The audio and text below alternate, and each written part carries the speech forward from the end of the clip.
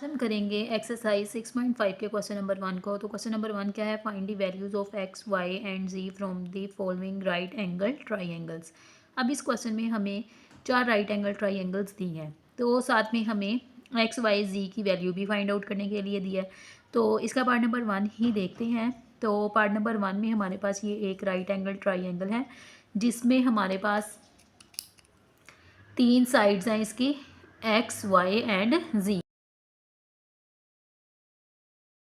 अब हमने क्या करना है कि इन साइड्स एक्स वाई एंड जी की वैल्यू फाइंड आउट करनी है। जैसे कि ये फर्स्ट डायग्राम है, इसमें हमारे पास एक साइड वाई उसकी वैल्यू गिवन है, जबकि एक्स और जी वाली जो दोनों साइड हैं इनकी वैल्यू गिवन नहीं है, ये हमने खुद फाइंड आउट करनी है।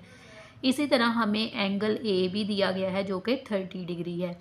तो अब इन दो साइड्स को फाइंड आउट करने के लिए हम फार्मूलाज का इस्तेमाल करेंगे जो कि हम पहले भी कर चुके हैं। एक दफ़ा उनको दोबारा रिवाइज कर लेते हैं। तो यहाँ पर हमारे पास 3 फार्मूलाज हैं जिनका हम इस्तेमाल करेंगे। वो कौन से हैं, sine theta, cos theta and tan theta. तो साइन थीटा किसके इक्वल होता है, प्रीपेंडिकुलर ओवर हाइपोटेनियस। कोस थीटा किसके इक्वल होता है, base over hypotenuse. And tan theta किसके इक्वल होता है, प्रीपेंडिकुलर ओवर बेस के। तो यहाँ पर हम कोस थीटा का इस्तेमाल करेंगे। Cos theta is equal to base over hypotenuse. तो बेस की वैल्यू हमें पता है क्या है, 4 सेंटीमीटर। वाई बेस किसके, तो बेस हमें पता है किसके इक्वल है, वाई के इक्वल। और इसी तरह हाइपोटेनियस किसके इक्वल है, जी के इक्वल। और कोस थीटा किसके इक्वल है, 30 डिग्री, यानी कि एंगल हमारे पास जो थीटा है वो किसके इक्वल है, 30 डिग्री के इक्वल है। अब हम क्या करेंगे कि यहाँ पर जी की वाई की वैल्यू भी पुट कर लेते हैं। Cos 30 degree is equal to 4 over G. अब यहाँ पर हमने कोस 30 की वैल्यू कहाँ से लेनी है, तो हम लोग एक्सरसाइज 6.4 कर चुके हैं। तो इसके ऊपर जो टेबल है, हम इस एक्सरसाइज में इसका यूज़ किया था हमने। तो इधर से हम कोस 30 डिग्री की वैल्यू लेंगे। तो किसके इक्वल है, स्क्वायर रूट 3 ओवर 2 के इक्वल है। तो अब हम इसकी वैल्यू पुट कर देते हैं। कोस 30 स्क्वायर रूट 3 ओवर 2 के equal is equal to 4 over G. अब हम इनकी क्रॉस मल्टीप्लिकेशन करवा देते हैं। तो क्रॉस मल्टीप्लिकेशन करवा के क्या आ जाएगा, स्क्वायर रूट 3 मल्टीप्लाई बाई जी, और ये क्या आ जाएगा, 2 मल्टीप्लाई बाई 4। तो ये जी इधर, तो ये 2 मल्टीप्लाई बाई 4 किसके इक्वल आ गया, 8 के इक्वल। और ये इधर मल्टीप्लाई हो रहा था, ये इधर जाके क्या आ जाएगा, डिवाइड। तो ये हमारे पास किसका आंसर आ गया, जी का आंसर आ गया। अब हमारे पास जो हाइपोटेनियस है वो किसके इक्वल आ गया, square root 8 over square root 3 के इक्वल आ गया। अब हमने प्रीपेंडिकुलर फाइंड आउट करना है। तो हमारे पास बेस और हाइपोटेनियस दोनों है। तो वैल्यूज़ पुट करते हैं। साइन 30 डिग्री, प्रीपेंडिकुलर हमारे पास क्या था, एक्स, और हाइपोटेनियस हमारे पास क्या था, जी। तो साइन 30 डिग्री एक्स और जी की वैल्यू क्या थी, 8 ओवर स्क्वायर रूट 3। 30 डिग्री की वैल्यू भी हम टेबल से देख लेते हैं। तो साइन 30 डिग्री किसके इक्वल है, 1 ओवर 2 के इक्वल है। तो पुट करते हैं हम इसको, 1 over 2 is equal to x over 8 over 3। अब ये क्या है कि ये वैल्यू इधर डिनोमिनेटर में है, तो ये इधर जाके क्या हो जाएगी, 1 ओवर 2 के साथ मल्टीप्लाई।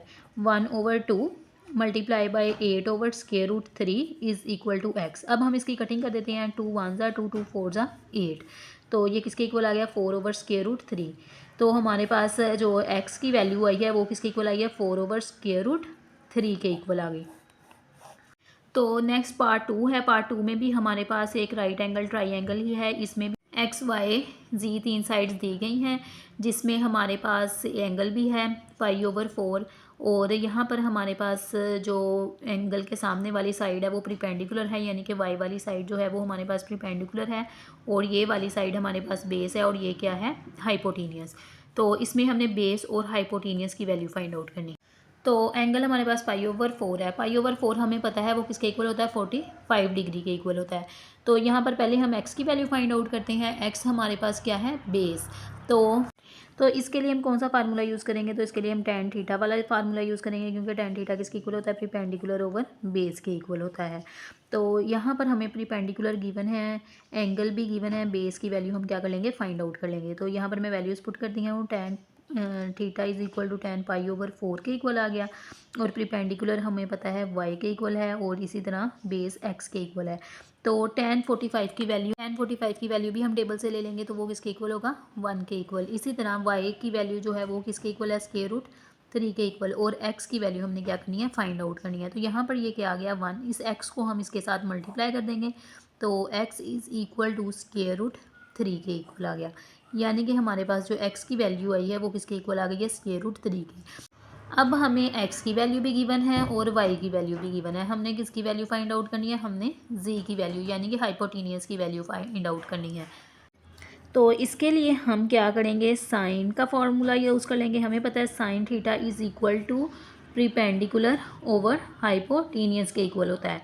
तो यहाँ पर वैल्यूज़ पुट कर लेते हैं। साइन थीटा हमें पता है पाई ओवर 4 के इक्वल है, प्रीपेंडिकुलर हमें पता है y के इक्वल है, और हाइपोटेनियस किसके इक्वल है, z के इक्वल। साइन 45 की वैल्यू भी हम टेबल से ले लेंगे, तो साइन 45 इक्वल होता है 1 ओवर स्क्वायर रूट 2 के इक्वल। इसी तरह हाइपोटेनियस की वैल्यू प्रीपेंडिकुलर की वैल्यू क्या है, स्क्वायर रूट 3, एंड z की वैल्यू हमने क्या करनी है, फाइंड आउट करनी है। तो यहाँ पर हम इसकी भी क्रॉस मल्टीप्लिकेशन कर लेंगे। तो क्रॉस मल्टीप्लिकेशन करेंगे, z को हम 1 के साथ मल्टीप्लाई करेंगे तो वो z के इक्वल ही आ जाएगा। इसी तरह square root 2 and square root 3 को मल्टीप्लाई करेंगे।